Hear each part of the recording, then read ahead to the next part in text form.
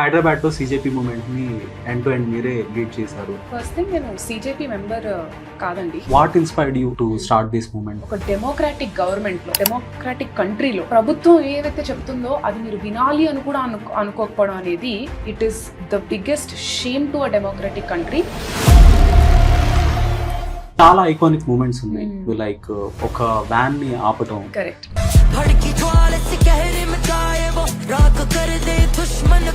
జంతర్ మంతర్ లో లాఠీ చార్జ్ చేస్తున్నప్పుడు తను అడ్డుగా నుంచుంది. All these were iconic moments and emotionally driven. అందరినీ డ్రైవ్ చేసింది ఎమోషనల్ గా. జబ్ తక్ ముస్లిం హే తబ్ తక్ తుమ్ హిందూ హో. ఈ డివైడ్ అనేది ఎప్పుడు ఉంటుంది. బీజేపీ తీసుకొచ్చే నెరేటివ్స్ ముస్లిమ్స్ వల్లే ఈ దేశం అభివృద్ధి చెందలేదు, లేదంటే వందే మాత్రం ఒక పెద్ద ఇష్యూ చేశారు రీసెంట్ టైమ్స్ లో. They are able to divert the issues. దీనికి ఒక సొల్యూషన్ ఏంటి? BJP is a Hindutva ideology party. వాళ్ళ ఎప్పుడైనా కానీ ఒక రూలింగ్ పార్టీని కన్సిస్టెంట్లీ ఎదిరించడం, కన్సిస్టెంట్లీ క్రిటిసైజ్ చేయడం అనేది ఒక ఒపోజిషన్ పార్టీ బాధ్యత. It failed. That is why now the Gen Z movement has happened. That is why now CJP has come and organized protest. నేను ప్రొటెస్ట్ చేస్తున్నప్పుడు హైదరాబాద్ లో మెయిన్ స్ట్రీమ్ కి call చేసినప్పుడు చాలా మంది రావడానికి ఒప్పుకోలేదు. ఒక్క మెయిన్ స్ట్రీమ్ ఛానల్ మా కాల్ ఎత్తి దే సెడ్ మీరు ఇంత డబ్బులు ఇస్తే మేము వస్తాం. So that is the state of media today that we have. For me about the case, Dharmendra Pradhan resignation చేసిన తర్వాత వెంటనే when the whole country was cheering, he said one line. I absolutely loved it. He said, "Ab please mujhe hero mat banao." ఎన్నికల వ్యవస్థని corrupt చేశారు, బీజేపీని ఇంకా దించలేమని Gen Z భావిస్తుందా? So అందుకే ఈ ప్రొటెస్ట్ అనుకోవచ్చు. The Gen Z think that ఈ కారణం వల్ల బీజేపీని గద్దదించలేము అని అనుకుంటున్నా అంటే ఖచ్చితంగా కాదండి. అంటే if not Modi, who will be the next PM? Pass mark అక్కడ 35 అండి. 35 కొట్టలేని పిల్లోడిని కూడా నువ్వు ఫెయిల్ చేసేస్తావు. సో 10 మార్క్స్ సంపాదించిన పొలిటీషియన్ ని నువ్వు ఎట్లా ఇంకా అక్కడ ఉంచాలనుకుంటున్నావు? హిస్టారికల్ ఫిగర్స్ చూసుకుంటే మహాత్మా గాంధీ గాని, జయప్రకాష్ నారాయణ గ్రూప్ గా ఆపరేట్ అయ్యారు. So they were successful. కూడా అలాంటి ఒక హిస్టారికల్ ఫిగర్స్ తో పోల్చే ప్రయత్నం చేయొచ్చు. జెన్జీ ఎక్కువగా బ్లేమ్ చేసేది ఏంటంటే boomer generation and millennials they voted for BJP for 3 times. వీళ్ళ పాత్ర ఎక్కువ ఉంది అనేది Gen Z. For reasons best known to millennials and boomers, they have seen Congress government in power more closely. ఈ మూమెంట్ లో ఎక్కువ ఉమెన్ పార్టిసిపేషన్ కి reason. ఒకళ్ళు మన గురించి ఏమనుకుంటారు అన్న ఒక ఆలోచన మన మైండ్ లో ఎప్పుడు తిరిగితే ఒకటి చేసే ముందు ఆలోచిస్తాం. ఎవడు ఏమనుకుంటే నాకేంటి, నాకు నచ్చింది నేను చేస్తాను అన్న ఒక మైండ్ సెట్ ఉన్నప్పుడు నువ్వు ఉద్యమాలకైనా వెళ్తావు, ప్రభుత్వాన్నైనా ఎదురిస్తావు, ఎంత దూరమైనా నువ్వు వెళ్తావు. సో ఒక ప్యాట్రియోటిజం లేదంటే నేషనలిజం అనే ఈ 2 కాన్సెప్ట్స్ కి రిలీజియన్ ని దాటుకొని గెలిచే సామర్థ్యం ఉందంటారు, అనుకోవచ్చా? ఇప్పటికైతే 100% ఉంది అనే చెప్పొచ్చు. ఎందుకంటే అది ఉంది కాబట్టే ఏకమత్యంగా అక్కడ ఉండి తప్పు చేసిన వాళ్ళని గదదించగలిగాం.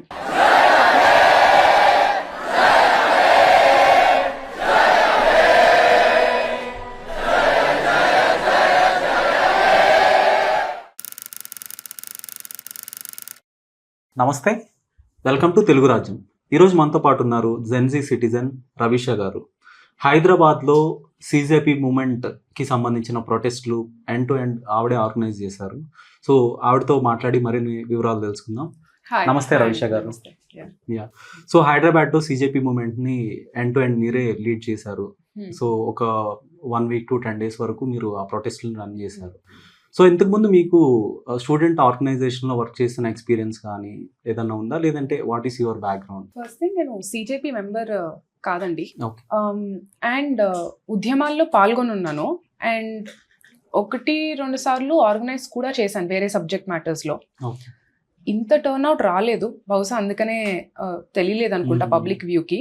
బట్ నేను సీజేపీ మెంబర్ కాదు, ఒక జనరల్ సిటిజన్.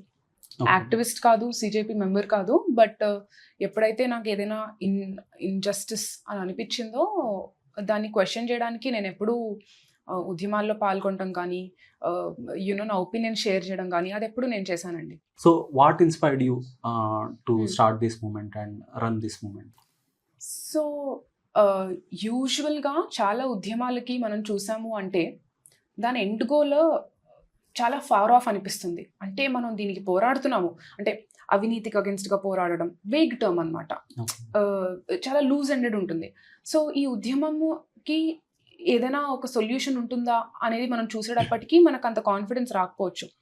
కానీ ఈ పర్టిక్యులర్ ఉద్యమం ఏదైతే ఉందో ఇక్కడ పలానా తప్పు జరిగింది, వీళ్ళ వల్ల జరిగింది, వాళ్ళకి అకౌంటబిలిటీ ఉండాలి. వెరీ క్లీన్ ఎజెండా అండి.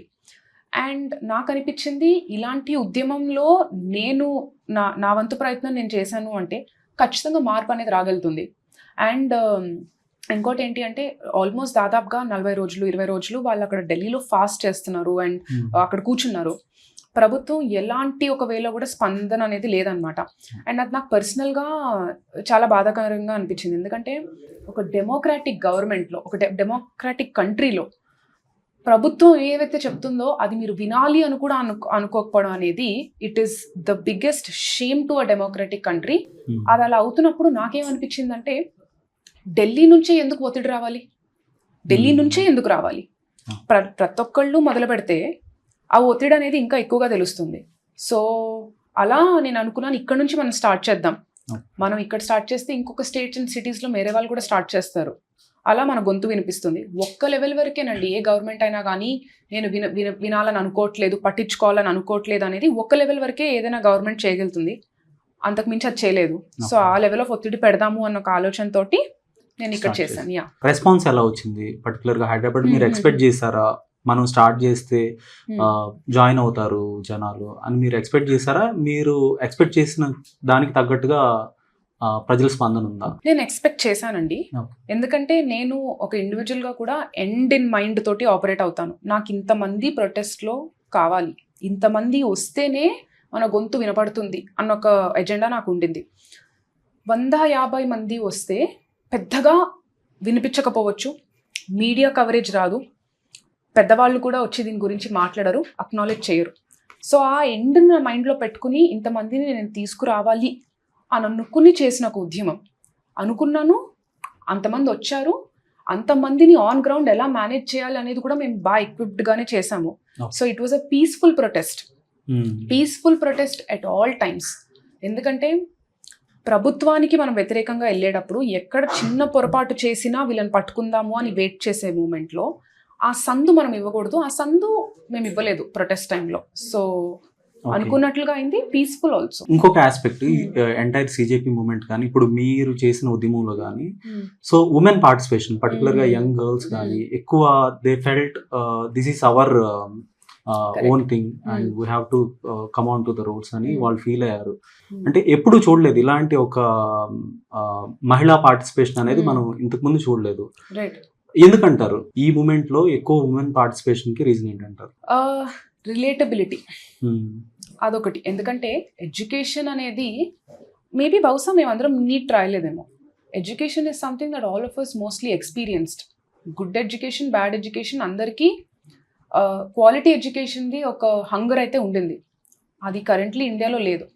ఉమెన్ పార్టిసిపేషన్ గురించి మాట్లాడితే జెన్జీ స్పెసిఫికలీ చూస్తే we don't care about anybody mind set people. So ఒకళ్ళు మన గురించి ఏమనుకుంటారు అన్న ఒక ఆలోచన మన మైండ్లో ఎప్పుడు తిరిగితే ఒకటి చేసే ముందు ఆలోచిస్తాం. ఎవడు ఏమనుకుంటే నాకేంటి, నాకు నచ్చింది నేను చేస్తాను అన్న ఒక మైండ్ సెట్ ఉన్నప్పుడు నువ్వు ఉద్యమాలకైనా వెళ్తావు, ప్రభుత్వాన్నైనా ఎదిరిస్తావు, ఎంత దూరమైనా నువ్వు వెళ్తావు. సో అలా ఈ జెన్జీ మూమెంట్ అనేది వచ్చింది. As a consequence women also came forward to protest. Women are 50% of the population. We are not per se minorities. Unfortunately, we are treated as one, but we are not. So, natural consequence లో వచ్చేసాం అంతే చేద్దామని. చాలా iconic moments ఉన్నాయి. Like ఒక van ని ఆపటం, పోలీసులు detain చేసినప్పుడు, తర్వాత ఒక లేడీ అయితే జంతర్ మంతర్ లో లాఠీ చార్జ్ చేస్తున్నప్పుడు తను అడ్డుగా నుంచుంది. So all these were iconic moments and emotionally driven, అందరినీ డ్రైవ్ చేసింది ఎమోషనల్ గా. సో ఉమెన్ రోల్ ఏంటి పర్టికులర్ గా ఈ ఉద్యమంలో? సో ఇంత సక్సెస్ అవ్వడానికి మై క్వశ్చన్ ఇస్ ఈ సక్సెస్ వెనక మీ రోల్ ఎంత ఉందంటారు? రైట్, నా రోల్ యాజ్ అ ఉమెన్ ఇంతనే ఉంది. ఎందుకంటే మీరు ఇండియా మొత్తానికి చూసుకుంటే నాలాగా ఎన్నో డ్రాప్లెట్స్ కలిపి ఈ ఉద్యమానికి ఊపిరి పోసాయి. Now, my personal opinion ఇది, women were never alien to protesting as such అండి. అంటే మనము తెలంగాణ మూమెంట్ చూసుకున్నా, మనము ఎలాంటి ఉద్యమాలు చూసుకున్నా కూడా ఉమెన్ పార్టిసిపేషన్ గట్టిగానే ఉండింది. But this time everybody is their own news channel. మీరు నోటీస్ చేశారంటే when media was refusing to cover protest, when media was refusing to show up at the protest, when media ఏంటంటే జరిగింది ఒకటి కానీ మీరు చూపించేది ఒకటి ఉన్నప్పుడు ఎవరి ఫోన్ వాళ్ళు పట్టుకుని వాళ్ళ ఫోనే వాళ్ళ camera person, I'm the speaker. So అలా ఇంతమంది ఆడవాళ్ళు ఇక్కడ వచ్చారు, ఉద్యమాలు చేశారు, ఇలా చేశారు అనేది ఇన్స్టాగ్రామ్ అనే ఒక సోషల్ మీడియా యాప్ త్రూ మనకు తెలియచేయబడింది. So if you ask me, women were always represented in multiple walks of life. ఏంటంటే మాకు రావాల్సిన రికగ్నిషన్ మాకు వచ్చేది కాదు, కానీ ఈసారి ఆ రికగ్నిషన్ కూడా మా చేతిలోనే ఉంది కదా. మేము కెమెరా పట్టుకుంటాము, మేము రికార్డ్ చేస్తాము, ఉమెన్ వచ్చారు అనేది మేము తెలియజేస్తున్నాము. సో విజిబిలిటీ ఈసారి బాగానే ఉండింది మాకు. చాలా మంది ఉమెన్ దే ఫెల్ట్ సేఫ్ అన్నమాట. ఇప్పుడు యూజువల్ గా ఒక అజిటేషన్ జరుగుతుంటే అక్కడ వెళ్ళడానికి భయపడతారు, but all these women felt very safe. And ఒకటి ప్రూవ్ చేసింది ఏంటంటే ఒక ప్రోగ్రెసివ్ పాత్ లో ఉన్నాము మనం, ఇంకా ప్రోగ్రెసివ్ ఐడియాలజీ ఇంకా బతికే ఉంది, women can hit on to the roads అనేది ఒకటి ప్రూవ్ చేసింది. సో ఏమంటారు? Thank you for asking me this question. ఎందుకంటే నన్ను అక్రాస్ ఇంటర్వ్యూస్ ఏమడుగుతారంటే, మిమ్మల్ని యాంటీ నేషనల్స్ అంటున్నారు, యాంటీ నేషనల్ ఫోర్సెస్ ప్రొటెస్ట్లో ఉన్నారు, వాళ్ళు ప్రొటెస్ట్ సైట్లో ఉండి పాల్గొని జనరల్ సిటిజన్స్ పోలీస్ మీద అండ్ ఈ యాంటీ నేషనల్ ఫోర్సెస్ అనేది పోలీస్ మీద దాడి చేశాయి అనే నెరేటివ్ ఉంటుంది. ఇవన్నీ నిజమైతే అందులో ఫస్ట్ బాధితులు ఆడవాళ్ళు ఉంటారు. కానీ మీరు చెప్పినట్లుగా every women felt safe at a protest ground. This is the biggest example to say that this was the most peaceful, most patriotic protest. So 2 points prove అవుతున్నాయి. Safety of women was there. It was there because it was a patriotic protest and not anti-national. So women safety అనేది నేను organise చేసిన protest కానీ నాకు తెలిసిన వాళ్ళు ఢిల్లీకి వెళ్ళి పాల్గొన్న వాళ్ళు అలా చూసుకున్నా కూడా they felt safe at all times except for when there was lathi charge on 20th of July. So anti national ఎవరు 2014లో బీజేపీ వాజ్ క్యాంపెయిన్, వాళ్ళు హిందుత్వ ఎజెండాని మేము బలోపేతం చేస్తామని కానీ వాళ్ళు ఎలక్షన్స్ లో ఓట్లు అడగలేదు. కరెక్ట్. సో ఒక ప్రోగ్రెసివ్ పాత్ లో వెళ్తాము, బీట్ నిత్యావసర ధరలు తగ్గిస్తాము, పెట్రోల్ ప్రైజెస్ తగ్గిస్తాము, అలానే రూపాయి విలువ పెంచుతాము, జాబ్స్ క్రియేట్ చేస్తామని చెప్పారు. But after they came in to power, ఈ హిందుత్వ నెరేటివ్స్ అనేవి మన సోషల్ ఫ్యాబ్రిక్ ని కూడా కొంతవరకు డ్యామేజ్ చేశాయి. అంటే ఒక డివైడ్ అయితే మనం చూసాము. బట్ 2004లో 9లో ఓటమి చెందిన తర్వాత బీజేపీ వాళ్ళు డిస్కార్డ్ చేశారు వాళ్ళ హిందుత్వ ఎజెండాని అనుకుని ప్రజలు ఓట్లు వేశారు. బట్ 2024లో కన్సిక్యూటివ్ గా సెకండ్ అండ్ థర్డ్ టర్మ్ రావడానికి మేజర్ రీజన్ ఏంటంటారు? Like you said, the first term వాళ్ళు ఏదైతే గెలిచారో బహుశా that came out of frustration for the previous government. Second and third term చూసుకుంటే government BJP is very good at driving a PR narrative. PR plays a very strong role in curating an image. So right across the election time వచ్చేటప్పటికి కూడా చూసుకుంటే Pulwama attack narrative spin అవుతుంది, CA NRC issues ని handles, అబ్జుగేషన్ of article 370. So ఇవన్నీ election టైంలో మనం ఎలాంటి divide and rule political subjects మనం పట్టుకొచ్చి మన ఇమేజ్ బిల్డ్ చేయగలుగుతామో అని చేస్తే మనం గెలుస్తామో అన్న ఒక క్యాల్కులేషన్ తో చేసిన ఒక క్యాంపెయినింగ్ తప్పిస్తే అక్కడ ఏమీ లేదు. Gen Z, however, is not getting split by divide and rule politics of religion. But మీరు millennials and boomer generation చూసుకుంటే they are largely influenced by this. Okay. అలా చూసుకున్నా కూడా ఈసారి ఈ థర్డ్ ఇదిలో గెలిచినప్పుడు బీజేపీ 303 నుంచి 240 అయిపోయినాయి వాళ్ళు. సో మైనారిటీలో గెలిచారు తప్పితే అద్దరగొట్టుకుంటూ ఏం గెలవలేదు. So that is why now you see them trying to do the FRDA, you see them doing the SIR, you try to see them doing the delimitation. ఇవన్నీ మీరు tactics to win the next election లాగా చూడకపోతే then I don't know what it is.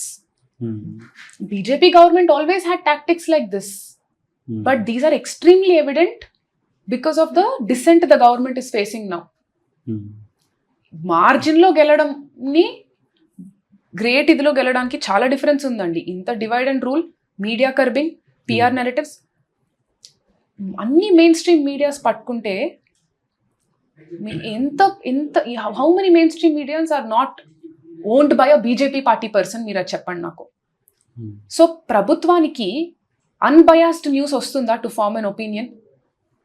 మనం యూట్యూబ్లో మాట్లాడుకుంటాము, అది ఒక start of పీపులే చూస్తారు. ఇప్పటికీ ఇండియాలో ఒక 30-40% మనం పట్టుకుంటే కూడా మెయిన్ స్ట్రీమ్ మీడియా చూపించేదే చూస్తారు, నిజమని నమ్ముతారు. ఇంత పొలిటికల్ స్ట్రెంగ్త్ నీ పక్క నువ్వు పెట్టుకుని మార్జిన్లో గెలవడం కూడా ఒక గెలుపు అంటే ఐ డోంట్ నో. ఓకే, ఇప్పుడు బీజేపీ దగ్గర ఒక స్ట్రాంగ్ నెరేటివ్ ఉంది. Religion is of course strong emotion, so they can weaponise the religion and get the votes. దాన్ని కౌంటర్ చేయడానికి ఆపోజిషన్ దగ్గర ఒక స్ట్రాంగ్ నెరేటివ్ లేదు అనేది ఒక వాదన. So how far is it true? అది నిజమేనండి. ఎప్పుడైనా కానీ ఒక రూలింగ్ పార్టీని కన్సిస్టెంట్లీ ఎదిరించడం, కన్సిస్టెంట్లీ క్రిటిసైజ్ చేయడం అనేది ఒక ఒపోజిషన్ పార్టీ బాధ్యత. It failed. That is why now the Gen Z movement has happened. That is why now CJP has come and organized protests. ఇవంతా ఒత్తిడి పెట్టాల్సింది ఒపోజిషన్ పార్టీ బాధ్యత. వాళ్ళు అది కరెక్ట్గా చేయలేదు. The right man is not at the right job in the ruling party also, in the opposition party also. Opposition failure. మనకు opposition స్ట్రాంగ్గా ఉంటే రూలింగ్ పార్టీ ఎంతో కొంత వాళ్ళ పని సక్రమంగా చేయడానికి ఒక ఆపర్చునిటీ ఉంటుంది. It is not our job to consistently criticize the government. Sure, we have to criticize the government. ఎల్లప్పుడూ చేయాల్సింది ఒపోజిషన్ ఒక responsibility and they are a failure. So ఇండియాలో కమ్యూనల్ పాలిటిక్స్ అనేవి కొత్తగా వచ్చినాయి కాదు. లైక్ 1900s లోని RSS was established in 1925 around. And అంతకుముందు హిందూ మహాసభ కూడా ఉంది. సో అప్పుడు కమ్యూనల్ పాలిటిక్స్ కొంతవరకు డివైడ్ చేయగలిగాయి కానీ పాలిటిక్స్ ని ఇంపాక్ట్ చేయలేకపోయాయి. లైక్ ఎలక్టోరల్ డెమోక్రసీని ఇంపాక్ట్ చేయలేకపోయాయి. జవహర్లాల్ నెహ్రూ ఫస్ట్ టైం 1952లో when he was contesting for the first time as a prime ministerial candidate, ఆయన సెక్యులర్ ఇండియా అనే ఒక మేజర్ నినాదంతో వెళ్ళారు. అప్పటికే పార్టీషన్ తాలూకా గాయాలు మనకు తెలుసు, ఎంతమంది చనిపోయారు ఏంటి అని. ఇప్పుడు ప్రజలు they stood for secularism. So but now ఇప్పుడు ఎందుకు ఇంత అడ్వాన్స్మెంట్ వచ్చిన తర్వాత ఎందుకు ప్రజలు ఆర్ బీయింగ్ స్టిల్ డివైడ్ అయిపోతున్నారు? ప్రజల్లో డివైడ్ చేయడం చాలా ఈజీ, ఏకమత్యం పట్టడమే చాలా కష్టం. సో ఇది రాకెట్ సైన్స్ కాదు టు అండర్స్టాండ్ వై. ఎందుకంటే రిలీజియన్, ఇప్పుడు మనుషులు ఉన్నారు, ఇప్పుడు Hindus, I don't know whose quote this is, Muslims ఉన్నంత వరకే ఇండియాలో నువ్వు హిందూవి. ముస్లిమ్స్ ని తీసేస్తే యువర్ కాస్ట్, నీ కాస్ట్ తీసేస్తే నీ ఫైనాన్షియల్ స్టేటస్. జబ్ తక్ ముస్లిం హే తబ్ తక్ తుమ్ హిందూ హో. సో ఈ డివైడ్ అనేది ఎప్పుడు ఉంటుంది. తమిళనాడుని తీసుకుంటే వాళ్ళు సర్నేమ్స్ ని రద్దు చేశారు, పెరియార్ ఐడియాలజీస్ ని ఫాలో అవుతారు, కానీ వాళ్ళకి తమిళ్ యాజ్ అ యూనిటీ గట్టిగా ఉంటుంది, తమిళియన్స్ యాజ్ అ కాన్సెప్ట్ ఉంటుంది. జబ్ తక్ there are other language people, when there is Hindi imposition, they are Tamilians. Rural తమిళనాడులోకి వెళ్తే casteism is still a pressing point. Surnames తీసేసినంత మాత్రాన వాళ్ళ మధ్యలో ఏకమత్యం ఉందనేది కాదు. Casteism is brutal in Tamil Nadu. So humans లో మనము సెక్యులరిజం పట్టరావడం కష్టం, డివైడ్ చేయడం చాలా easy. That is why political parties or any politician's favorite weapon to win in elections is to divide and rule. Sometimes it's religion, sometimes it is caste, but it always exists. మీరు politics ని పక్కన తీసేసి చూసినా కూడా ఇక్కడ నుంచి students యుఎస్కి వెళ్తారు చదువుకోవడానికి. మనమేమనుకుంటాము, కొత్త దేశం, కొత్త అనుభూతి, కొత్త ఎన్వైరన్మెంట్ టు స్టడీ. అక్కడికి వెళ్ళి కాస్ట్ గ్రూప్స్ ఓపెన్ చేస్తారు. సో ఇవన్నీ కూడా పీపుల్కి స్ప్లిట్ అయ్యి అందులో ఒక కమ్యూనిటీ ఫీలింగ్ మెయింటైన్ చేయడంలో ఒక ఎంజాయ్మెంట్ ఎనీవేస్ ఉంది. అది అవ్వకుండా ఉండడానికి జుడిషియరీ ఒక రోల్ ప్లే చేయాలి. Judiciary should be strong. Even judiciary is at question today. ఇప్పుడు మన సిజేపీ మూమెంట్ చూస్తే సో కంప్లీట్లీ ఒక యూఫోరిక్ ప్యాట్రియోటిజం కనపడుతుంది అక్కడ మనకి. ఆ ఉద్యమాల్లో కానీ దేశభక్తి గీతాలు పాడటం కానీ, రంగ్ దే బసంతి, కొన్ని సాంగ్స్ వెరీ పాపులర్ అయ్యాయి. సో అక్కడ మతం అనేది దాన్ని దాటుకొని ఈ ఉద్యమం గెలిచింది అనుకోవాలి. అట్లీస్ట్ ఈ Right, 12 years right. లో for the first time 100%. It has happened. So ఒక ప్యాట్రియోటిజం లేదంటే నేషనలిజం అనే ఈ రెండు కాన్సెప్ట్స్ కి రిలీజియన్ ని దాటుకొని రిలీజియన్ ని ఓవర్ షాడో చేసుకొని గెలిచే సామర్థ్యం ఉందంటారా, అనుకోవచ్చా అట్లీస్ట్? ఇప్పటికైతే 100% ఉంది అనే చెప్పొచ్చు. ఎందుకంటే అది ఉంది కాబట్టే ఏకమత్యంగా అక్కడ ఉండి తప్పు చేసిన వాళ్ళని గదదించేయగలిగాం. ఆ యూనిటీ లేకపోయి ఉండుంటే ఉద్యమాలు పాసిబుల్ కాదు. అందరికీ ఇండివిజువల్గా పోరాడడం అందరికీ వచ్చు. ఇన్ ఎవ్రీ డే లైఫ్ మనకు ఏదో ఒక పోరాటం అనేది, ఏకమత్యంగా ఉండి పోరాడడం అనేది మనకు కొంచెం కొత్త. సో ద మూమెంట్ రిలీజియన్ని దాటుకుని మనం పోరాడతాము, కాస్ట్ని దాటుకుని పోరాడతాము, అప్పుడు రియల్ ఇష్యూస్ మనకు తెలుస్తాయి. డెవలప్మెంట్ ఎంత ప్రోగ్రెస్ చేస్తుంది, ఎడ్యుకేషన్కి ఎంత బడ్జెట్ మనం కేటాయిస్తున్నాం, స్కిల్ డెవలప్మెంట్, ఇవన్నీ మనకు అప్పుడు కనిపిస్తాయి. ఈ 12 ఏళ్లలో గ్రోత్ రేట్ అనేది చాలా వరకు తగ్గిపోయింది. ఇప్పుడు ఆ మెట్రిక్స్ ని మ్యానిపులేట్ చేసి ఉండకపోతే జస్ట్ 3% ఎంత ఉందని చెప్తున్నారు గ్రోత్ రేట్. అన్ఎంప్లాయ్మెంట్ పీక్స్ లో ఉంది ఇప్పుడు, around 15%. So there are many real issues అయితే ఉన్నాయి. సో బట్ ఇవి కాకుండా ఇప్పుడు బీజేపీ తీసుకొచ్చే నెరేటివ్స్, ముస్లిమ్స్ వల్లే ఈ దేశం అభివృద్ధి చెందలేదు, లేదంటే వందే మాత్రం ఒక పెద్ద ఇష్యూ చేశారు రీసెంట్ టైమ్స్ లో. అంటే they are able to divert the issues, real issues. So దీనికి ఒక సొల్యూషన్ ఏంటి? ఇప్పుడు అపోజిషన్స్ నుంచి ఎలాంటి అప్రోచ్ ఉండాలంటారు? ఫస్ట్ థింగ్ ఇస్, ఫస్ట్ ఈ ఇష్యూని పట్టుకుందాము. BJP is a Hindutva ideology party. వాళ్ళ పార్టీలో చూసుకుంటే కూడా maximum or maybe entirety is of Hindus. అభివృద్ధిని పట్రావాలి ఒక దేశంలో అంటే రూలింగ్ పార్టీ చేయాల్సిన ఒక జాబ్ అది. వాళ్ళు అది చేయలేదు.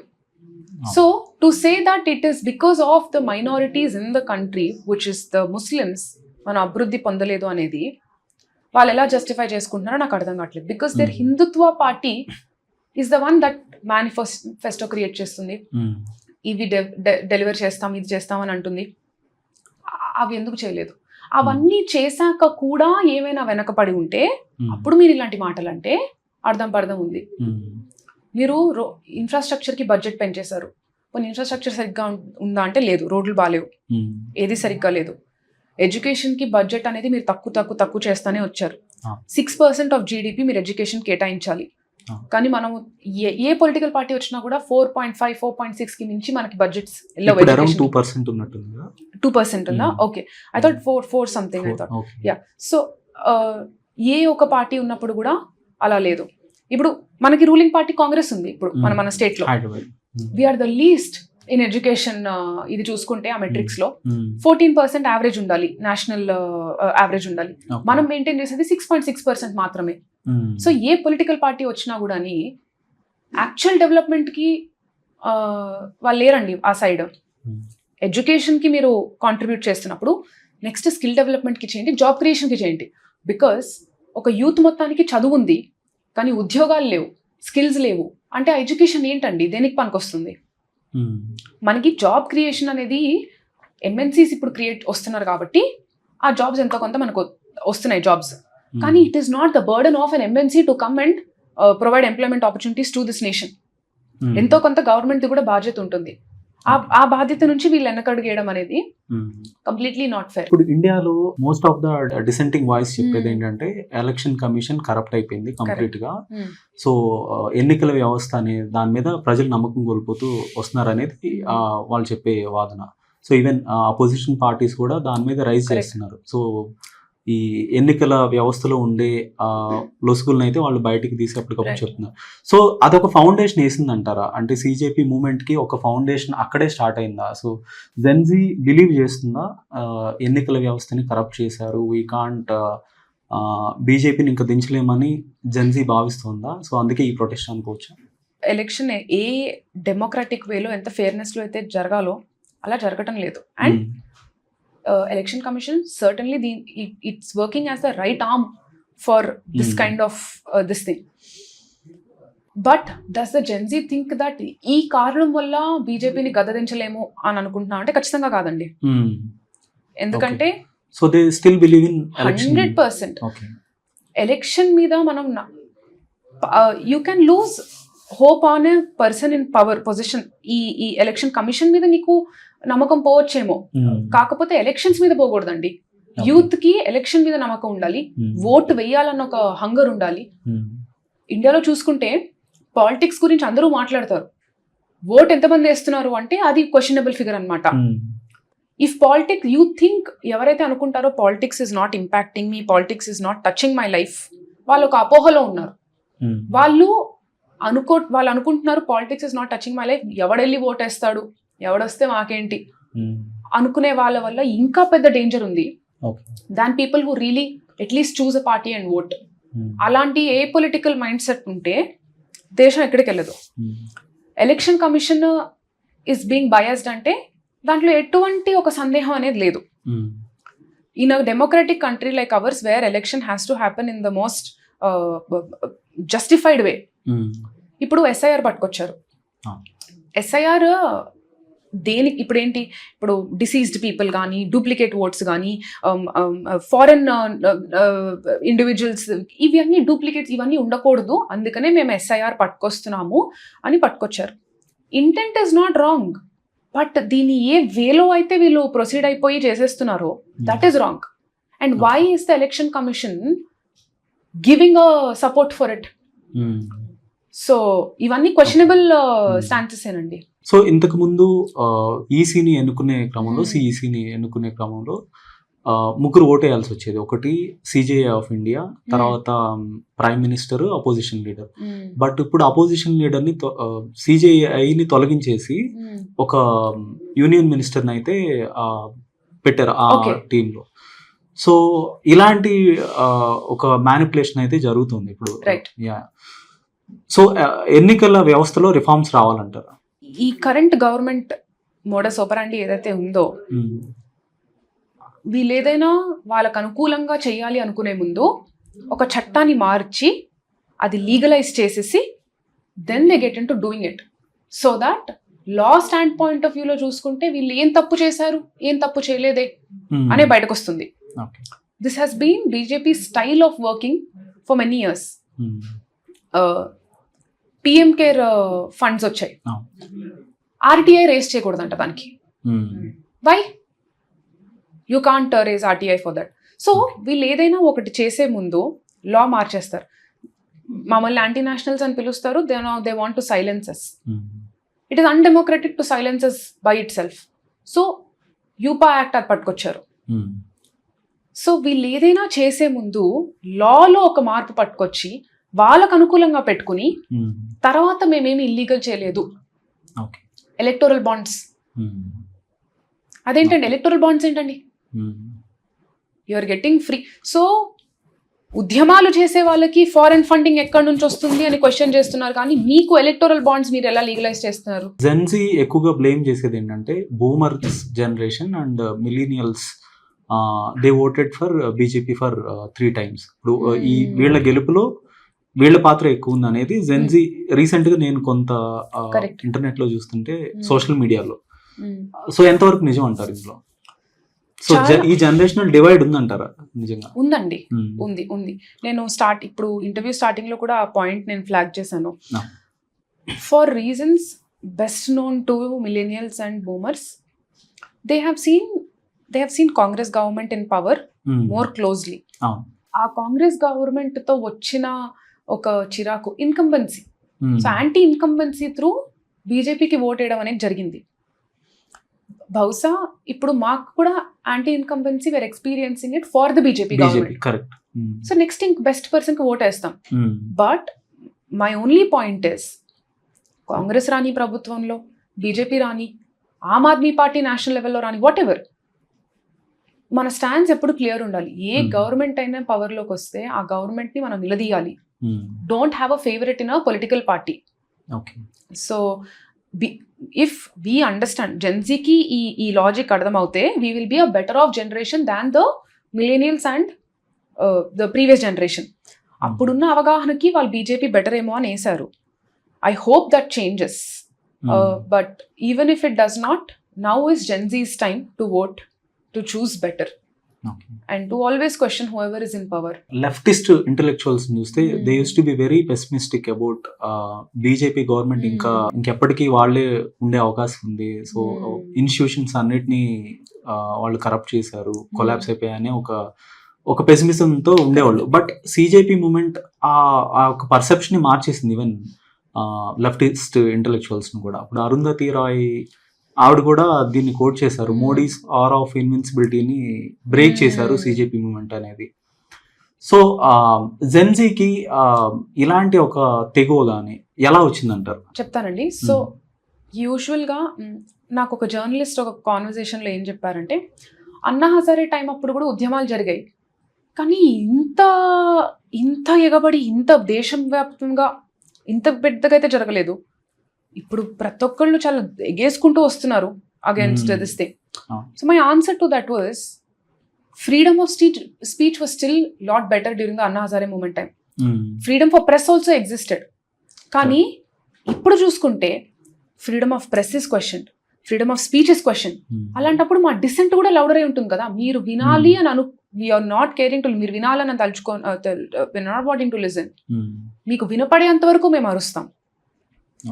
That was the only option left in front of us. నేను ప్రొటెస్ట్ చేస్తున్నప్పుడు హైదరాబాద్లో చాలా తక్కువ మీడియా ఛానల్స్ వచ్చారు కవర్ చేయడానికి. మెయిన్ స్ట్రీమ్కి కాల్ చేసినప్పుడు చాలా మంది రావడానికి ఒప్పుకోలేదు. ఒక్క మెయిన్ స్ట్రీమ్ ఛానల్ మా కాల్ ఎత్తి దే సెడ్ మీరు ఇంత డబ్బులు ఇస్తే మేము వస్తాము. So that is the state of media today that we have. Media's job is to come report anything that is happening free and honestly. అది అవ్వలేదు. మోస్ట్ ఆఫ్ ద స్టేట్స్ లో across the country, even Congress ruled states లో కూడా media channels అనేవి వాటిని హెవీగా control చేయబడుతుంది through governments. ఈ క్రమంలో ఇండిపెండెంట్ మీడియా అలానే ఇండివిజువల్ జర్నలిస్ట్ల యొక్క పాత్ర ఏంటి, అలానే సోషల్ మీడియా డెమోక్రసీని నిలబెట్టే అంశంలో? నిజం చెప్పాలంటే ఇండిపెండెంట్ మీడియాకి my whole hearted thanks. And ఎంతో ధైర్యం కావాలండి. ఎందుకంటే ఇలాంటి టైంలో ఇలాంటి ఫాసిస్ట్ గవర్నమెంట్కి అగేన్స్ట్గా వెళ్ళి నుంచోవాలి. నా ఒపీనియన్ ఇప్పుడు నేను ఇక్కడ కూర్చొని మాట్లాడుతున్నాను, అది మీ వల్లనే ఒక 1000 మందికో 2000 మందికో తెలియాలి అంటే అది మీ ద్వారానే అవుతుంది. ఈ ఆపర్చునిటీ ఎంతో తక్కువ మంది మీడియా ఛానల్స్ ఇస్తున్నారు మాకు. సో దానికి మీకు ఎంతో కొంత స్పైన్ లేకపోతే అది అవ్వదండి. And the amount you get paid to be on the right wing side of things is a lot. So it's a tempting amount. So అది అన్ని వద్దనుకుని కూడా మీరు న్యాయం వైపు నుంచోవాలి అని అనుకుంటున్నప్పుడు, ఈ ఉద్యమాలకి ప్రాణం పోసేది మీరు, నుంచునేది మీరు. మా గొంతులు ఢిల్లీ వరకు వినపడ్డాయి అంటే వచ్చి ప్రొటెస్ట్ కవర్ చేస్తున్న జర్నలిస్ట్ వల్లనే. దీంట్లో లైఫ్ రిస్క్ కూడా ఉంటుంది. ఎందుకంటే ఛత్తీస్గఢ్లో రోడ్ ఇన్ఫ్రాస్ట్రక్చర్కి వ్యతిరేకంగా కవర్ చేస్తున్న జర్నలిస్ట్ని దారుణంగా చంపేసి ఒక సెప్టిక్ ట్యాంక్లో ఆయన బాడీ దొరికింది. సో ఇలాంటివి మనము చూస్తున్నప్పుడు న్యాచురల్ ఇన్స్టింక్ట్గా ఏ ఒక్క ఇండిపెండెంట్ జర్నలిస్ట్ కూడా ఇది అవసరమా మనకి అని అనుకోవడానికి చాలా ఛాన్సెస్ ఉంటాయి. కానీ ఏదైతే పర్లేదు, అందరూ అలా ఉన్నప్పుడు నేను మాత్రం ఇలా ఉంటాను, నేను రిపోర్ట్ చేస్తాను, నేను జరిగిందే రిపోర్ట్ చేస్తాను, నేను నిజమే రిపోర్ట్ చేస్తాను అని నుంచోవడము నిజంగా hats off to independent journalist, to people like you. So really social media role గురించి కూడా మనం మాట్లాడుకోవాలి. 100%. అంటే అక్కడ నిరసన కార్యక్రమాల్లో జరిగిన ప్రొటెస్టుల్లో ఒక క్రియేటివిటీ అనేది చూసాం. చాలా వైరల్ మూమెంట్స్, చాలా క్యూట్ మూమెంట్స్ చూసాం మనం. రకరకాల వేషాల్లో రావటం అండ్ ఆ ప్లకార్డ్స్ కూడా చాలా ఇన్నోవేటివ్ గా వాళ్ళు రాసుకుని వచ్చారు. సో ఆ కంటెంట్ కూడా డ్రైవ్ చేసింది ఈ ఎంటైర్ ఈ ఉద్యమాన్ని. సో సోషల్ మీడియా రోల్ గురించి ఏం చెప్తారు? We are the children of internet andi. So we know what works on internet, what doesn't work on internet. మనం ఒక 10 ఏళ్ళు ముందుకెళ్ళినా కూడా ఉద్యమాలలో ఇలా ఒక బ్యానర్ పట్టుకుని వర్దిల్లాలి వర్దిల్లాలి సంథింగ్ అలాంటి టిపికల్ బ్యానర్స్ ఏవేవో ఉంటాయి. The whole game of protesting has completely changed. We were very serious of our mission, but we were very unserious of the way we are doing it. Okay, so it was very nice. Okay, that is what made it very peaceful. Correct. ఇంత కామెడీగా spider man getup లో వచ్చినోడు వాడేంట్రా anti national, వాడేంట్రా lathi వాడు అటు పరిగెడతాడు. So వాళ్ళు ఆ satirical వేలో చేయడమే really help us look at the protest in a very peaceful manner. అది అలా లేకపోయి ఉండుంటే వాళ్ళు ఆల్రెడీ మా మీద anti national, very violent, very brutal అని చెప్పిన రీమార్క్స్ ఇంకా స్ట్రెంగ్తన్ అయ్యేవి. దాన్ని ఇంత ఈజీగా, ఇంత ఏకమత్యంగా, ఇంత రిలాక్స్డ్ గా చేయడం was one of the beauty of the protests. We understood how virality works. దాన్ని మేము మా అడ్వాంటేజ్ కి వాడుకున్నాము. మన ఇండిపెండెంట్ స్ట్రగుల్లో పీస్ అండ్ నాన్ వైలెన్స్ అనే ఒక 2 ప్రిన్సిపల్సే ఎంటైర్ మూమెంట్ ని నడిపించాయి. సో ప్రపంచానికి కూడా మనం ఒక ఇన్స్పైర్ చేసాము చాలా టాల్ లీడర్స్ ని, Nelson Mandela, Martin Luther King, there are many other icons. So ఇప్పుడు ఈ మూమెంట్ ప్రపంచాన్ని ఇన్స్పైర్ చేసే స్థాయిలో ఉంది అనేది కూడా వినిపిస్తున్న మాట. ఏమంటారు? అంటే లైక్ ఇలాంటి వైరల్ క్యూట్ మూమెంట్స్ ఇట్లా చేయొచ్చు అంటే పాకిస్తాన్ లో కూడా చాలా మంది రీల్స్ చేసి పెట్టారు, మీరు ఇన్స్పైర్ చేస్తున్నారు, మా గవర్నమెంట్ మీద మేము పోరాటం చేయడం. Correct 100% inspirational. Peaceful protest, non violence is one aspect. Peaceful non violence fun is a new thing. అది మేము పట్టుకొచ్చాము. దానికి కంప్లీట్ క్రెడిట్ జెన్జీకే రావాలి. ఇలా కూడా ఉద్యమాలు చేయొచ్చా అనేది ఎవరు ఆలోచించుండరు బహుశా. Cockroach Janata Party also is a satire on Bharatiya Janata Party. No, so what, ఒక సీరియస్ మూమెంట్ కి ఇదా పేరు? సమ్ టైమ్స్ నేను ఆలోచిస్తాను, వీళ్ళు రేపు పొలిటికల్ పార్టీ అయితే ఈ పేరు ఉంటుందా వీళ్ళకి, కాక్రోచ్ అని. So but that's the whole fun of it. Do serious things, be unserious, inspire people. Pakistan లో కూడా ఇన్స్పిరేషన్ తీసుకున్నారు అంటే we are different nations but we are all sinking in the same boat. So అందరికీ ఒకటే ప్రాబ్లమ్స్ ఉన్నాయి. ప్రధాని మోదీ గారు దిమాగి నక్సల్స్ అని ఒక కాంట్రవర్షియల్ రిమార్క్ చేశారు. సో ఆర్మడ్ నక్సల్స్ అయితే మనం నిర్మూలించాం దేశంలో, బట్ ఇంకా దిమాగి నక్సల్స్ తో మన దేశానికి ప్రమాదం పొంచి ఉంది అంటూ మాట్లాడారు. సో ఈవెన్ ఆ దిమాగి నక్సల్ అని ఆయన ఆ రిమార్క్ చేసిన తర్వాత కూడా ఒక సెటైరికల్ ఒక అకౌంట్ పుట్టుకొచ్చింది. చాలా మిలియన్స్ లో దానికి కూడా ఫాలోవర్స్ వచ్చారు. అండ్ ఇంతకు ముందు సేమ్ అదే ప్యాటర్న్ లో సిజేపీ కూడా అలాంటి అదే ఫౌండేషన్ అయింది. సో ఇలాంటి ఇంతకు ముందు గతంలో ఇలాంటి కాంట్రవర్షియల్ రిమార్క్స్ వచ్చినప్పుడు ఒక అవుట్రేజ్ కనపడేది ప్రజల్లో, యూత్ లో గానీ, but they are wearing it proudly. So ఇలాంటి మార్పుని ఎట్లా చూస్తారు? ఇట్స్ ద స్మార్టెస్ట్ మార్పు. మనల్ని ఒకరు కొట్టినప్పుడు దానికి మనము అవుచ్ అని ఇలా అంటే ఆ కొట్టినోడికి ఆనందం పొందుతుంది. వీడిలో నేను బాధ కలిగించాను. కొట్టినప్పుడు నువ్వు కొడితే ఎంత, కొట్టకపోతే ఎంత అని ఉన్నప్పుడు వాడు తట్టుకోలేడు. నేను ఎన్ని విధాలుగా కొడుతున్నా, వీడేంటి, హీస్ అన్ఫేస్డ్ బై ఇట్ అని. That we've cracked very well. నువ్వు ఎన్ని పేర్లు, అర్బన్ నక్సల్ అని ఒక పేరు పెట్టారు ముందు. This was raised in the Supreme Court by a historian, Romila Thapar. మీరు ఈ పేరు పెట్టారు, వాట్ డూ యూ మీన్? దాని ఇంటెంట్ అలా చూసుకుంటే she challenged it in Supreme Court. Supreme Court had no answer to her challenge. ఇలాంటి పేర్లు పుట్టుకొస్తూనే ఉంటాయి. దాన్ని మనం రసంలో ఇలా కరివేపాకు ఇలా తీసేస్తాం కదా, అలా తీసేసి వెళ్ళిపోవాలంతే. దీనికి అసలు వెయిటేజ్ ఇవ్వకూడదు. The more prominence you give, the more weightage you give for words like this, then you are proving what they want. వాళ్ళు ఏదైతే ఎక్స్పెక్టేషన్ ఉందో వాళ్ళకి, మనం ఇలా ఒక టైటిల్ ఇద్దాము, వాళ్ళకి అది ఎఫెక్ట్ అవ్వాలి. They were always names, tukde gang, urban Naxal, dimagi Naxal. I'll tell you more names. PM CARES, Swachh Bharat, ఇలాంటి ఎన్ని పథకాలు, పేర్లు అన్నీ వచ్చాయి. ఏమైనా అయ్యాయండి ఆ పథకాల్లో? PM cares అన్నట్టు. PM care in some 6,000 crores or 8,000 crores that were there in the PM cares, only 88 lakhs have been spent. Swachh Bharat అన్నాడు, ఎక్కడండి స్వచ్ఛ? సో మనం చేసే మంచి కూడా జరగట్లేదు. No good is coming out of the plans and provisions. అలాగే మనకు పెట్టిన ఈ పేర్ల నుంచి కూడా ఏమీ అవదండి. ఏదో పెడతారు, వెళ్ళిపోతారు అంతే. పథకాలకు ఉన్నంత వాల్యూయే ఇలాంటి మాటలకి కూడా ఇస్తున్నారు ఈ కంట్రీలో. సో ఇప్పుడు ఒక కంక్లూజన్ కి అయితే కొంతమంది డిసెంటింగ్ వాయిసెస్ అయితే they don't like Modi and they want a better alternative. But still middle class లో ఒక పర్సెప్షన్ ఉంది, అంటే if not Modi who will be the next PM. Rahul capabilities మీద కొంతమందికి అనుమానాలు ఉన్నాయి స్టిల్ మిడిల్ క్లాస్ లో. కరెక్ట్. సో ఒక స్ట్రాంగ్ ఆల్టర్నేటివ్ లేదు అనేది ఒకటి ఉంది. And they are complacent middle class ఇప్పుడు. కరెక్ట్. సో మోడీ మన నేషనల్ సెక్యూరిటీని ఇంప్రూవ్ చేశాడనో లేదంటే మన ఫారెన్ పాలసీని బెటర్ చేశాడనే ఒక ఆలోచన కూడా ఉంది వాళ్ళలో. Correct. It might be true or false. Right. Right. దీని గురించి వాట్స్ యువర్ టేక్? సో ఎన్ని పొలిటికల్ పార్టీ పట్టుకుంటే దే ఆర్ నాట్ 100% ఏమీ చేయకుండా అయితే కాదు. ఎంతో కొంత చేస్తారు, చాలా మటుకు చేయరు. But it is important to notice how much they are not doing. 10% చేశాడు కదా అంటే పాస్ మార్క్ అక్కడ 35 అండి.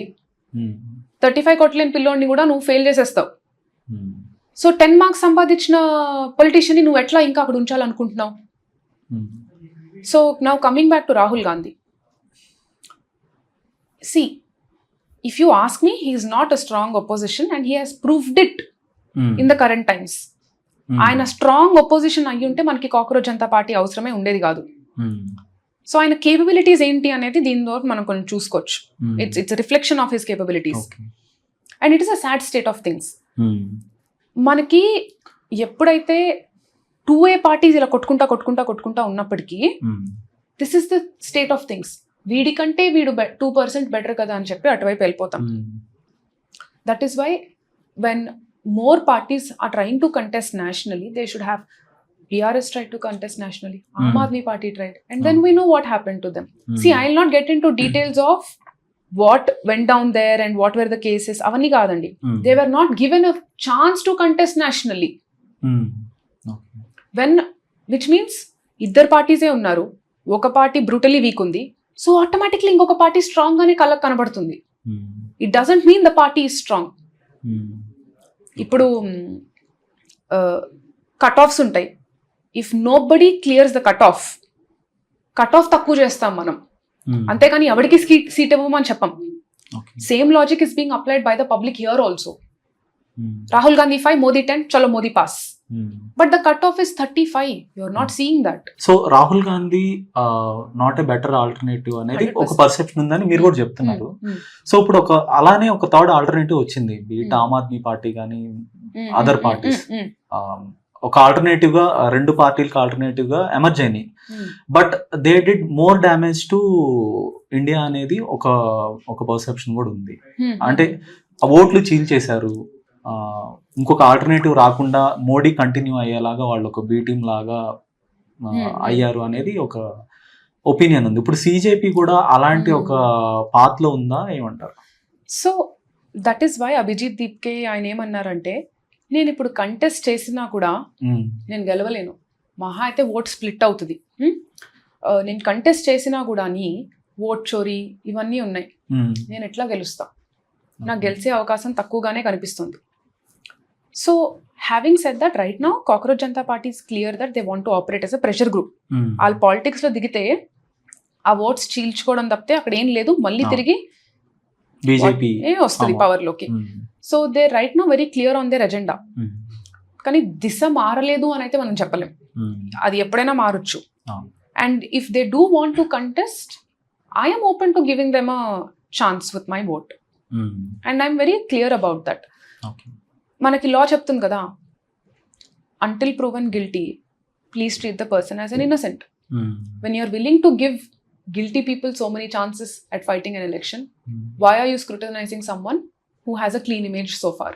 ఈ ఉద్యమం ధర్మేంద్ర ప్రధాన్ రాజీనామా ఒకటే కాదు, దానికన్నా ఎక్కువగా ప్రజల్లో ఉన్న ఒక ఫియర్ ని తీసేసింది. ఇప్పుడు పీపుల్ ఆర్ కమింగ్ అవుట్. ఇప్పుడు జన్ ఆల్ఫా కూడా వాళ్ళకి ఏదైనా ఇబ్బంది కలిగినప్పుడు, వాళ్ళ స్కూల్స్ బాగున్నప్పుడు వాళ్ళు కూడా they are raising their voices. And recent గా హైదరాబాద్ లో నాల్సార్ స్టూడెంట్స్, లా స్టూడెంట్స్ కూడా they objected Suryakant coming to further convocation. So దీన్ని ఎట్లా చూస్తారు? ఇది ఒక పారాడైమ్ షిఫ్ట్ అనుకోవచ్చా కంప్లీట్ గా? This is a lovely paradigm shift and ఇది ఎప్పటికీ చచ్చిపోకూడదు. we are not against the government per se. We are against the governance. ఈ రోజు బీజేపీ ఉంటుంది, రేపు కాంగ్రెస్ ఉండొచ్చు, రేపు ఇంకొక పార్టీ ఉండొచ్చు. బట్ నీకు గవర్నెన్స్ మీద కన్ను ఉండాలి, గవర్నమెంట్ మీద కాదు. సో నువ్వు ఎల్లప్పుడూ గవర్నెన్స్ ని క్రిటిసైజ్ చేసే మోడ్ లో నువ్వు ఉన్నావు అంటే ఈ ప్యాటర్న్ ఏదైతే చూసామో జెన్ ఆల్ఫా రావడం, నల్సర్ స్టూడెంట్స్ సిజేఐని వద్దనుకోవడము, మేం చేసిన ఉద్యమం అవ్వచ్చు, జార్ఖండ్ లో ప్రొటెస్ట్ అవ్వచ్చు, వీటన్నిటికీ ఎప్పుడూ ఒక స్పేస్ ఉంటుంది మన కంట్రీలో. ఈ ఉద్యమాలు అనేవి ఎప్పటికీ కొనసాగాలి, ఎందుకంటే ఇది ఒక కొత్త పారాడిమ్ షిఫ్ట్ మీరు చెప్పినట్టు, అది ఎప్పటికీ ఆగకూడదు. జెన్జీ డిఎన్ఏ చూసుకుంటే బాస్ మంచిగా లేకపోతే బాస్ ని కూడా నువ్వెవడరా అని అడిగే ఒక జనరేషన్. సో అలాంటి జనరేషన్ తోటి the government is trying to mess. So ఈ స్టైల్ ఆఫ్ థింకింగ్ ఎప్పటికీ ప్రివేల్ అవ్వాలండి ఇండియాలో. I want to add one more point. Unfortunately ఇండియన్స్కి very slavery mindset, because we were ruled by the British or what, I don't know. Okay sir, yes sir, మీరు ఎలా చెప్తే okay sir. బాసా మనం question చేయకూడదు. ఓ white పీపులా, వాళ్ళు మనకంటే superior ఏమో. Unfortunately because we were ruled by the Britishers, we tend to have a little bit of slavery mindset. ఏంటంటే అయ్యో బాస్ ఎదురు సమాధానం చెప్పకూడదు, ఓ అయ్యో గవర్నమెంట్ ఈయన మనకంటే పెద్దయినా. ఇంట్లో కూడా అలాగే మాట్లాడతాం. ఎలా అంటే పెద్దవాళ్ళతో అలానే నా మాట్లాడేది. సో ఆ ఒక కండిషనింగ్కి తరతరాలుగా అలవాటు అయిపోయాం మనం. ఫస్ట్ టైం ఆ ప్యాటర్న్ ని క్వశ్చన్ చేసింది జెన్జీ. నువ్వు పెద్ద అయితే ఏంటి, నువ్వు చిన్న అయితే ఏంటి, నీకు పవర్ ఉంటే ఏంటి, నీకు పవర్ లేకపోతే ఏంటి, నువ్వు నా బాస్ అయితే ఏంటి, నాకు కింద పనిచేస్తున్న వాడు కూడా ఏంటి, నువ్వు తప్పు అంటే నువ్వు తప్పు. అందరికీ మేము ఇలాగే డీల్ చేసుకుంటూ వచ్చాము. And when it became that government's turn, we did the same thing. అదొక్కటే చేంజ్ అయింది. అండ్ ఈ చేంజ్ అనేది ఎప్పటికీ నిలబడాలండి. నీ ముందు ఎవడున్నాడు అనేది కాదు, వాళ్ళు తప్పు అంటే నువ్వు ప్రశ్నించాలి, గట్టిగా చేయాలి. So that should always exist. As a CJP party sympathiser గా, if not you are a member, so CJP next step ఎలా ఉండాలంటారు? లైక్ ఏ ప్రెజర్ గ్రూప్ గా ఆపరేట్ అవుతున్నప్పుడు ఎలాంటి ఇష్యూస్ టేకప్ చేయాలి? ఇప్పుడు వాళ్ళు ఎడ్యుకేషన్ సిస్టమ్ మీద అందులో చేంజెస్ తీసుకురావాలని కొంత ఫైట్ చేస్తాం, గవర్నమెంట్ స్కూల్స్ లో బాగు చేయాలని చెప్పేసి. సో ఇంకా ఎలా ఉండాలంటారు? అంటే లైక్ ఇప్పుడు ఇందాక మనం మాట్లాడుకున్నాం, ఎన్నికల వ్యవస్థ ఒకటి మారితే ముందు గవర్నమెంట్స్ మారుతాయి అనేది ఒక ఇది ఉంది. సో అలాంటప్పుడు ఎన్నికల వ్యవస్థ మీద కూడా ఫైట్ చేయాల్సిన అవసరం ఉందా? సో సిజేపీ ఇప్పుడు ప్రెషర్ గ్రూప్ లాగా ఆపరేట్ అవడం is the best move, the cleanest move, but also the most threatening move. Pressure group లో ఆపరేట్ అవుతున్నప్పుడు you can't be selective. You can't say నేను ఓన్లీ బీజేపీకి వ్యతిరేకంగా మాట్లాడతా. ఏ పొలిటికల్ పార్టీ ఉన్నా కూడా నువ్వు వాళ్ళని గల్లా పట్టుకుని అడుగుతావు. So it is a very operationally challenging stands to have, but it's the most democratic stands to have. And అది మెయింటైన్ చేయగలిగితే గ్రేట్. మనం హిస్టరీ కూడా చూసుకుంటే ఎన్నో పార్టీస్ ఉద్యమాల త్రూ పార్టీస్ అయ్యాయి. ఎన్నో parties, TRS, Aam Aadmi party, they are all born out of a protest. Now for whatever reason you see, we see that they are not true to their cause or whatever. అది ఒక హద్దు వరకు అవ్వచ్చండి, అంత లెవెల్కి వెళ్ళినప్పుడు ఒక హద్దు వరకు అవ్వచ్చు. బట్ ప్రెషర్ గ్రూప్ లా ఉండి ఎవరు వచ్చినా మేము క్వశ్చన్ చేస్తాం అనేది చాలా న్యూ పర్స్పెక్టివ్. వాళ్ళు అది మెయింటైన్ చేయగలిగితే ఇండియాలో డెమోక్రసీ ప్రివేల్ అవుతుంది, ఇండియాలో డెవలప్మెంట్ అనేది అవుతుంది. 80 years ఆఫ్ ఇండిపెండెన్స్ మనం సెలబ్రేట్ చేసుకున్నాం, కానీ అదైన సేమ్ రోజు స్కూల్ ఠీక్ కరో ప్రోగ్రామ్ స్టార్ట్ చేశారు సిజేపీ. మనందరికీ గవర్నమెంట్ స్కూల్స్ కండిషన్ అస్సలు బాగోలేదు, దారుణం అని తెలుసు. కానీ అది ఎలా ఎలా ఉంది అనేది కూడా మన కళ్ళకి తెలియదు అనమాట. ఎందుకంటే ఎంతమంది మనలో గవర్నమెంట్ స్కూల్స్కి వెళ్ళి దాని వాష్రూమ్స్ చూసాం, దాని ఇన్ఫ్రాస్ట్రక్చర్ చూసాం.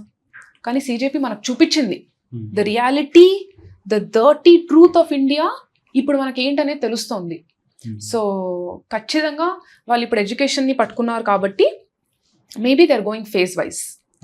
బట్ నేను ప్రతి ఇంటర్వ్యూలో ఏదో చెప్తానండి, ప్లీజ్ మీరు ఓట్ వేసింది సిజేపీ పార్టీకి కాదు, మీ నాయకుడు అభిజిత్ దీప్కే కాదు. సో ఉద్యమాలు అనేవి వాళ్ళే చేయాలి, వాళ్ళే పోరాడతారు అనుకోవడం అనేది తప్పు. ఉద్యమం అనేది ప్రతి ఒక్కళ్ళు చేయొచ్చు, ప్రతి ఒక్కళ్ళు నుంచోవచ్చు. సపోర్ట్ కావాలంటే 1000 మంది వస్తారండి. నేను నా ప్రొటెస్ట్ చేసినప్పుడు I never associated myself to CJP, I never associated myself to Dipke, I never had ఆ ఇంట్రెస్ట్ కూడా నాకు లేదనమాట.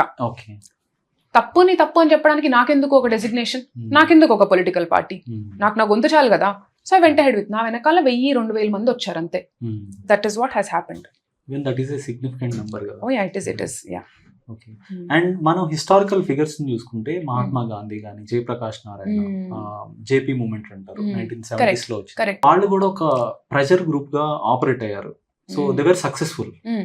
సో అభిజిత్ దీప్కేని కూడా అలాంటి ఒక హిస్టారికల్ ఫిగర్స్ తో పోల్చే ప్రయత్నం చేయొచ్చా? ఎందుకంటే అభిజిత్ దీప్కే కూడా వెరీ హంబల్ బ్యాక్గ్రౌండ్ నుంచి రావడం జరిగింది. He belongs to Dalit community and middle class family నుంచి వచ్చాడు. రియాలిటీని విత్ నాకెడ్ ఐస్ తో చూడగలిగిన ఒక అవకాశం వాళ్ళకే ఉంటుంది. నేను చిన్నగా చెప్తాను దీనికి. Okay. He's better. Okay. To put him on par with whoever you put would be unfair to Deepke. Okay. In my opinion. ఇంత కఠినంగా ముందున్న వాళ్ళు క్రిటిసైజ్ చేశారా అంటే I don't no. The way he goes about criticizing the government at every nook and cranny and opportunity so far, అది చరిత్రలో నిలవాల్సిందే. Tomorrow how history will remember him is entirely dependent on how he carries himself in the coming years. One thing that stood out for me about Deepke is Dharmendra Pradhan resignation చేసిన తర్వాత వెంటనే when the whole country was cheering, he said one line. I absolutely loved it. He said, आप please मुझे hero मत बनाओ. Correct. आपने already वो गलती किया है and that is why you faced what you faced. आप प्लीज मुझे हीरो मत बनाओ.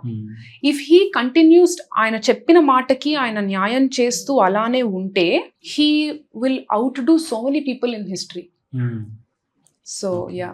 For the first time in the history, Ambedkar inspire చేశాడు. ఆయన మన దేశానికి ఒక రాజ్యాంగాన్ని ఇచ్చాడు. దళిత్ మూమెంట్ ని యాక్టివ్ గా ముందుకు తీసుకొచ్చాడు. బట్ అన్ని వర్గాల్ని యూనిఫై చేసి అన్ని వర్గాల్ని రోడ్ ఎక్కించింది అయితే దళిత్ కమ్యూనిటీ నుంచి అభిజిత్ దీప్కే. ఆ ఆస్పెక్ట్ లో అభిజిత్ దీప్కేని చూడొచ్చా? Where comparing oranges and apples అండి. Ambedkar garu was very clear on casteism కి ఓరియంటెడ్ అయిన ఉద్యమాలు ప్రెడామినెంట్లీ. దీప్కే అనేది ఒక డెవలప్మెంట్ స్టాండ్ పాయింట్ లో ఆయన పోరాడుతున్నారు. So they are different issues అలా చూసుకుంటే.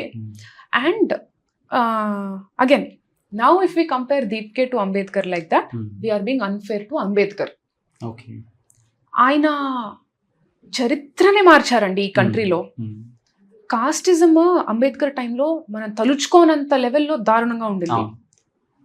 someone coming from a Dalit community and writing our constitution which serves as an inspiration for all nations around the globe, it's not a joke. So దీప్కేని అంబేద్కర్ గారితో పోల్చకండి. ఇది మీరు దీప్కే అడిగితే ఆయన కూడా అదే అంటారు. యూనిఫై చేసి తన వెనక ర్యాలీ చేయించుకున్నారు అభిజిత్ దీప్కే. కరెక్ట్. అది అక్కడ 100% క్రెడిట్ ఇవ్వచ్చు. 100% క్రెడిట్ ఇవ్వచ్చు. అన్ని వర్గాలు అగైన్ ద థింగ్ ఇస్, మనం ఉద్యమం చేసేటప్పుడు అందరూ మన వెనకాల వస్తారు అనేది అనుకుని పెద్దగా చేయరండి ఎవరు. నాకు దీన్ని క్వశ్చన్ చేయాలని ఉంది, నా వెనకాల ఎంతమంది వచ్చినా కూడా నాకు సంబంధం లేదు, నేను చేస్తాను అనే బయలుదేరుతాం. Audience is an outcome of it. So అందరు వచ్చారు, ఏకమత్యంగా అయ్యారు, ఈజ్ అ కల్చరల్ మూమెంటమ్. ఆయన probably he didn't plan it out, but it happened and I'm very happy for Dipke that he did it.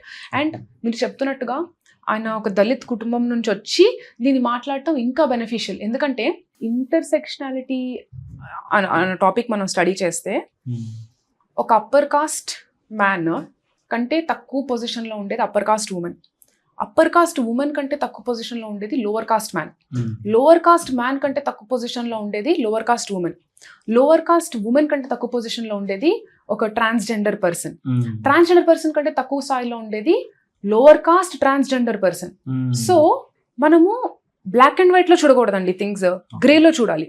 ఇది నేను ఎందుకు పట్టుకొచ్చానంటే, ఉద్యమానికి ఫోర్ ఫ్రంట్ లో ఉన్నది అభిజిత్ దీప్కే ఒక దళిత్ కుటుంబంలో ఉండడం వల్ల ఆయన వరల్డ్ వ్యూ చాలా డిఫరెంట్ గా ఉంటుంది than an upper caste man who has also protested. ఆయన అనుభవాలు, ఆయన ఎక్స్పీరియన్సెస్ ఒక అప్పర్ కాస్ట్ మ్యాన్ తో కంపేర్ చేస్తే చాలా వేరీడ్ గా ఉండొచ్చు. బహుశా అందుకే he knows what are his next steps. ఆయన when he announce the school theek karo movement also, he said, మా ఊర్లో నేను హాలిడేస్కి వెళ్ళినప్పుడు అదే ఊర్లో పిల్లలు ఇటుకలు ఎత్తడానికి పనికి వెళ్ళేవాళ్ళు. సో నాకు నా ఊర్లో స్కూల్స్ ఫిక్స్ చేయాలని ఉంది. సో దట్ నేను లక్కీ అయిపోయాను దట్ నేను కొంచెం సిటీలో పెరిగాను కాబట్టి నేను వెళ్ళి చదువుకుని బాస్టన్ యూనివర్సిటీ వరకు వెళ్ళగలిగాను. కానీ అదే ఆపర్చునిటీ మా పల్లెటూరులో ఉన్న పిల్లలకి దొరకలేదు. సో దట్ లెన్స్ ఉంది కదండి, లోకాన్ని ఇలా చూసే లెన్స్, అది వరల్డ్ ఎక్కువ చూసిన వాళ్ళకే వస్తుంది. సో ఆయన అది ఫోర్ ఫ్రంట్ లో ఉండడం అనేది it's a good thing. So ఇంకా 2029 ఎలక్షన్స్ కి ఇంకొక 3 years ఉంది. సో ఏంటి రెజ్యూమ్ చేంజ్ అయిపోతున్నారా జెన్జీ? ఫైనల్ గా చెప్పాలంటే ఏం చెప్తారు? సో నన్ను అడిగితే తెలీదనే చెప్తానండి. ఎందుకంటే బికాజ్ ఐఎమ్ కొంచెం లెఫ్టిస్ట్ ఐడియాలజీస్ ఉంటాయి కాబట్టి డిసెంట్ అనేది నేను మొత్తం టర్మ్ లాంగ్ ఇక్కడ చివరి వరకు చూస్తానండి. ఇయర్ 4 వరకు చూస్తాను. లాస్ట్ ఇయర్ వచ్చేసరికి మొత్తం మారిపోతుంది. మోదీ గారు ఇంత చేశారు, అంత చేశారు, అది చేశారు, ఇది చేశారు అని. ఇక్కడ నుంచి మేము కూడా మొత్తుకుంటున్నాం, కానీ అలా కూడా అయింది కదా, ఇలా కూడా అయింది కదా, ఇలా. సో లాస్ట్ మూమెంట్లో ఏది ఎలా మారుతుంది అనేది మనం చెప్పలేము. కానీ this term I'm very hopeful that ఏదైనా మార్పు వస్తుంది అని.